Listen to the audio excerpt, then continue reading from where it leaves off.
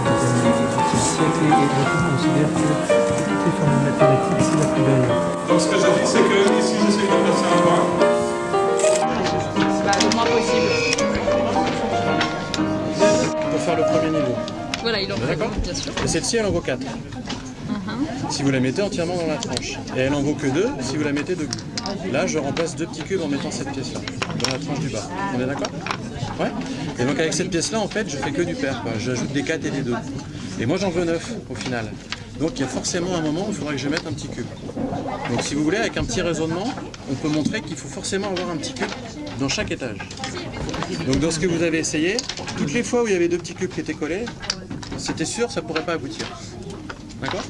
Mais le truc, c'est qu'il faut qu'il y ait un petit cube dans chaque étage, mais les étages, ils peuvent être dans 3 directions différentes. C'est-à-dire que vous pouvez basculer votre cube comme ça, il faut encore qu'il y ait 3 petits cubes par étage. Et si vous le basculez comme ça, il faut encore qu'il y ait 3 petits cubes par étage.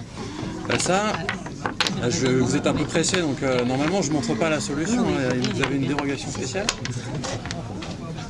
L'idée, c'est que si vous les mettez comme ça, si vous les mettez suivant une diagonale, le cube, vous êtes sûr d'avoir un petit cube dans chaque tranche et dans les 3 directions de l'espace.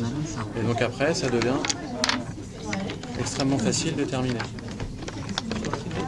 Mais là, je vais vite, hein. Normalement, on prend un peu plus de temps que ça et surtout, je laisse chercher les élèves. Mais ce qu'il faut retenir, la leçon qu'il faut retenir de ça, c'est que ça a l'air d'être un problème de géométrie. Et en fait, c'est par des arguments d'arithmétique qu'on va y arriver. C'est-à-dire juste en regardant des paires et impairs. Et ça, c'est ce qu'on appelle en maths un changement de cadre. C'est-à-dire on a un problème qui a l'air d'être de la géométrie. Et c'est en fait en allant chercher des arguments de parité et d'arithmétique qu'on va finir par le résoudre. En fait, ce que ça veut dire aussi, parce que moi j'ai essayé de le régler intuitivement. Voilà, en essayant plusieurs. Oui, par essai-erreur. Exactement, Ouais. par essai-erreur, Ouais. c'est comme ça. Et en fait, ce que vous dites, c'est qu'il faut d'abord avoir un raisonnement mathématique avant de commencer à poser ses Vous auriez pu cubes, y quoi. arriver par essai-erreur. C'est-à-dire on peut y arriver sans avoir fait le raisonnement. Mais d'abord, on y arrive moins vite. Et puis en plus, après, on est incapable de faire le grand.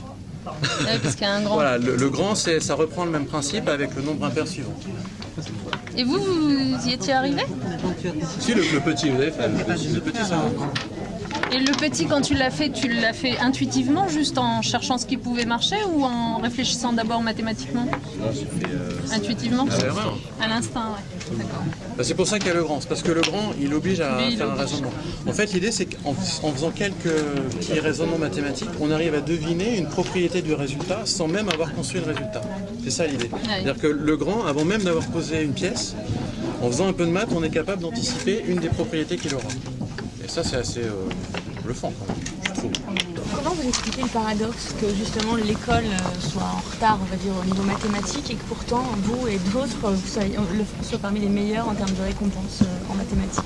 Vous avez bien fait de l'école en France? Alors, moi j'ai suivi mon cursus en France et je tiens à dire que mes enseignants au collège, au lycée m'ont donné toutes les clés qui m'ont permis plus tard d'avancer et de faire une carrière mathématique. Je suis un pur produit du système français, ce qui montre bien que ça réussit à certains.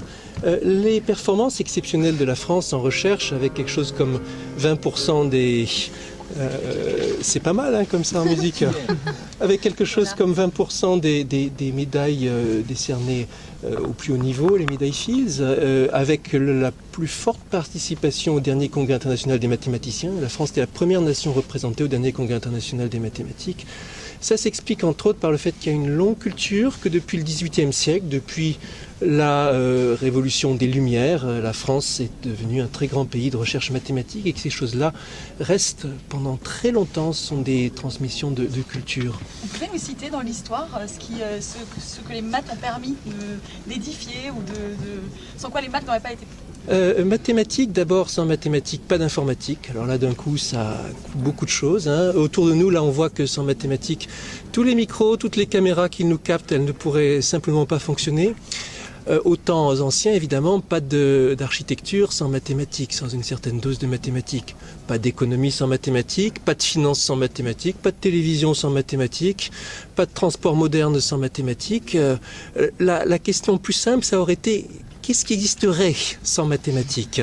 Et là, la liste serait relativement courte. Disons, dès que vous voulez faire du quantitatif, du précis, quelque chose qui se partage, vous avez besoin de mathématiques parce que c'est le langage de la communication entre les spécialistes, entre les ingénieurs, entre les scientifiques. Et à quoi ça sert un cours de mathématiques au niveau de l'école? Ça sert à plusieurs choses.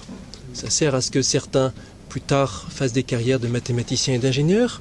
Mais avant tout, ça sert à donner des bases de raisonnement logique déductif à tout le monde. Au moins une fois, comprendre un peu comment ça fonctionne un programme d'ordinateur. C'est la même chose qu'une démonstration mathématique.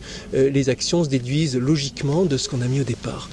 Et la deuxième fonction principale d'un cours de mathématiques, c'est comprendre que mathématiques, c'est une science de l'abstrait par définition, mais c'est en relation avec toutes les sciences du concret. Mathématiques, ça irrigue la physique, ça irrigue la biologie, la médecine, ça sert à tout, comme une discipline de service si vous voulez. De sorte qu'il y a beaucoup plus de gens qui utilisent la mathématique que de gens qui la font. Et j'aimerais rajouter une dernière chose par rapport aux questions qui ont déjà été posées sur le paradoxe français. Il y a un autre paradoxe français en mathématiques.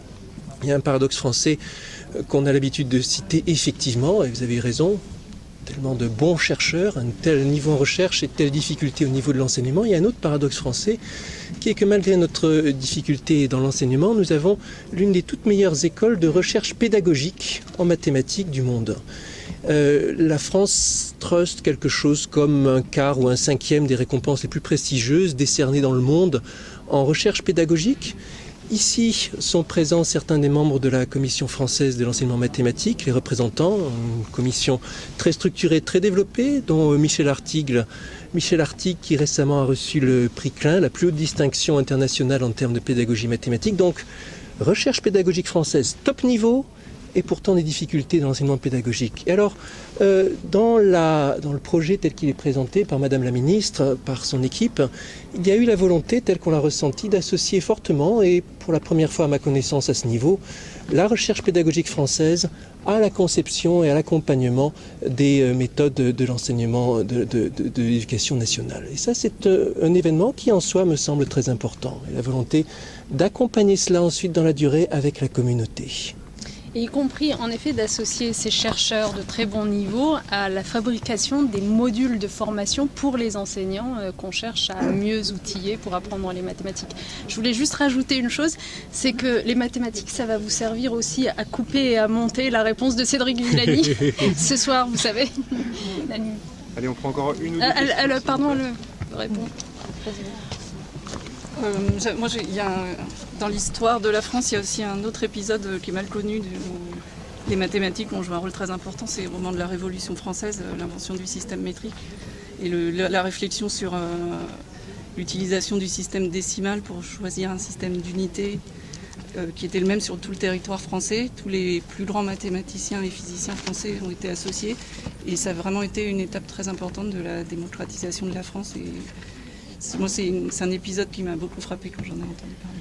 Et je vais me permettre d'ajouter, à mon avis ça vous servira à rien pour les réponses, mais culture générale, c'est très important parce que c'est aussi l'épisode que mentionne Nalini, la naissance, cette notion d'universalisme, c'était l'époque de la déclaration des droits universels et tout ça.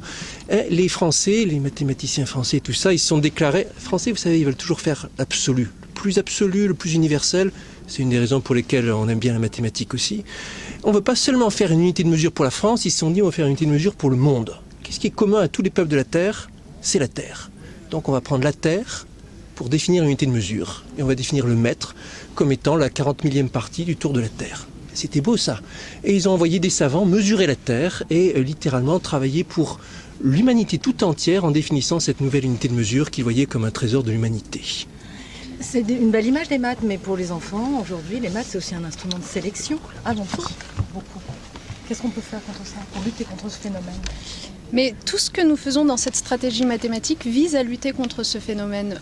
Et d'ailleurs, j'allais dire, toutes les réformes que nous menons en ce moment dans l'éducation visent à lutter contre ce phénomène. Quand, par exemple, on réforme en même temps que les programmes l'évaluation des élèves, ça s'applique aussi aux mathématiques pour faire en sorte que les élèves comprennent mieux quelles compétences ils ont acquises et quelles compétences ils n'ont pas acquises, soient mieux encouragés à se tromper parfois, mais pour apprendre mieux, plutôt qu'à être simplement notés brutalement sur la réussite d'un exercice qu'ils n'ont pas forcément compris et à en venir petit à petit à intérioriser l'échec, à décrocher avec une matière, à considérer qu'elle n'est plus faite pour eux.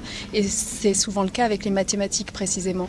Demain, lorsque nous aurons, grâce à ces nouveaux programmes, ces nouveaux outils pédagogiques, cette nouvelle formation des enseignants, des exercices qui soient à la fois plus interactifs, plus différenciés. On pourra faire des exercices de niveaux différents aux élèves en fonction de l'endroit où ils en sont arrivés. Une évaluation qui sera plus fine, où on explique aux élèves ce qu'ils ont réussi comme raisonnement et là où ils se sont plantés. Eh bien, oui, on aura aussi de meilleurs résultats, moins d'élèves qui décrochent et une appétence pour les maths, à mon avis, qui s'en trouvera augmentée. Mais pour ça, il faut de la formation continue. Les enseignants sont Absolument. très mal formés. Absolument, mais il faut de la formation continue, vous avez raison de le dire, parce que quand on parle des efforts de l'éducation nationale en matière de formation des enseignants, on parle souvent de la formation initiale que nous avons rétablie, les fameuses écoles supérieures du professorat. Mais ça ne résume pas ce que nous faisons. Nous faisons aussi de la formation continue. J'étais en train de discuter de mon budget éducation nationale au Sénat ce matin même.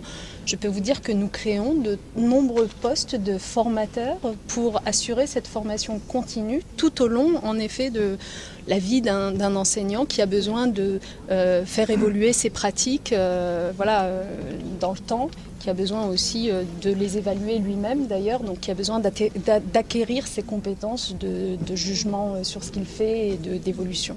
Je voudrais juste rajouter une chose, parce que Cédric l'évoquait tout à l'heure, la faible attractivité du métier d'enseignant en mathématiques qu'on a retrouvé dans les concours de ces dernières années, c'était évidemment juste. Je voudrais simplement vous préciser que sur les inscriptions au concours de l'année qui vient, qui se sont closes, comme vous le savez, récemment, il y a quelques jours, on a eu la très bonne surprise d'avoir beaucoup plus d'inscrits que les années précédentes, une augmentation s'agissant des mathématiques elles-mêmes de 50% du nombre de candidats. Donc malgré tout, je pense que le message qui est envoyé par ce gouvernement, qui est de dire l'éducation nationale désormais recrute, est entendu et que petit à petit les étudiants s'inscrivent dans ces parcours d'enseignement. Par ailleurs, dans la stratégie que nous présentons pour développer les mathématiques, sachez que nous introduisons un certain nombre de mesures qui vont attirer aussi, je l'espère, des candidats au métier d'enseignement mathématique, qui sont par exemple le fait qu'on introduit une option informatique au CAPES, qui va pouvoir attirer donc d'autres types de candidats qui seraient plus intéressés par cet aspect-là des choses. Et puis aussi les passerelles que nous développons entre classes préparatoires aux grandes écoles et filières, licence, master, agrégation pour mener à l'enseignement des mathématiques. Donc une facilitation du passage d'un système à un autre. Voilà, ça fait partie des mesures visant à renforcer l'attractivité du métier.